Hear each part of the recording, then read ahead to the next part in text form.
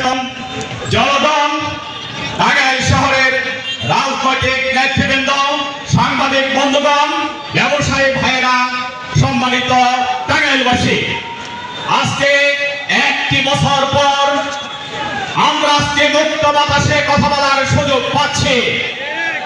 17 বছর পর্যন্ত আমাদেরকে কথা বলার সুযোগ দেওয়া হয় নাই। যারা আমাদের কথা বন্ধ করে রেখেছিল সেই হাসিনা সরকারকে আজকের এই দিনে বাংলাদেশ থেকে পালাতে হয়েছে, যার কারণে আজকে সারা দেশবাসী আজকে হাসিনার পতন দিবস হিসেবে আজকের এই জাতি পালন করছে।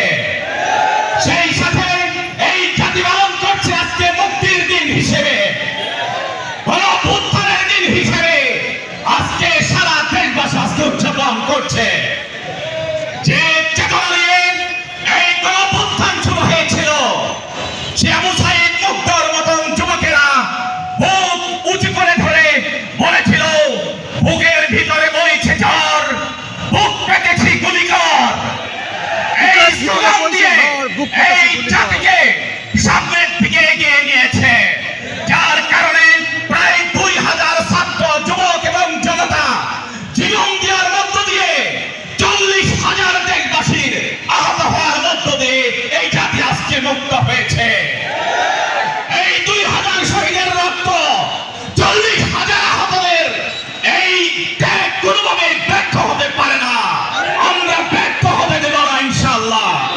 এই দেশকে একটি স্বাধীন, সার্বভৌম, বৈষম্যমুক্ত একটি দেশ হিসেবে গড়ে তুলবে জামাত ইসলামী।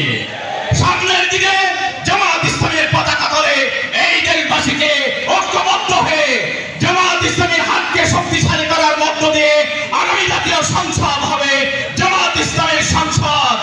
আগামী জাতীয় সংসদ হবে একটি কল্যাণমূলক রাষ্ট্র গঠনের বছর। এই প্রত্যাশা রেখে বাংলাবাসীকে আগামী দিনের সেই আন্দোলনের, সেই বিজয়ের, সেই নির্বাচনে অংশগ্রহণ করার জন্য আহ্বান জানিয়ে আমি আমার কথা এখানে শেষ করছি। সকলকে ধন্যবাদ। আসসালামু আলাইকুম ওয়া রাহমাতুল্লাহি ওয়া বারাকাতুহু।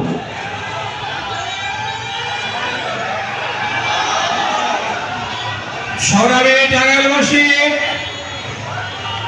দেখতে দেখতে দুপুর থেকে বিকেল করে পড়ছে। এ পর্যায়ে আমাদের সামনে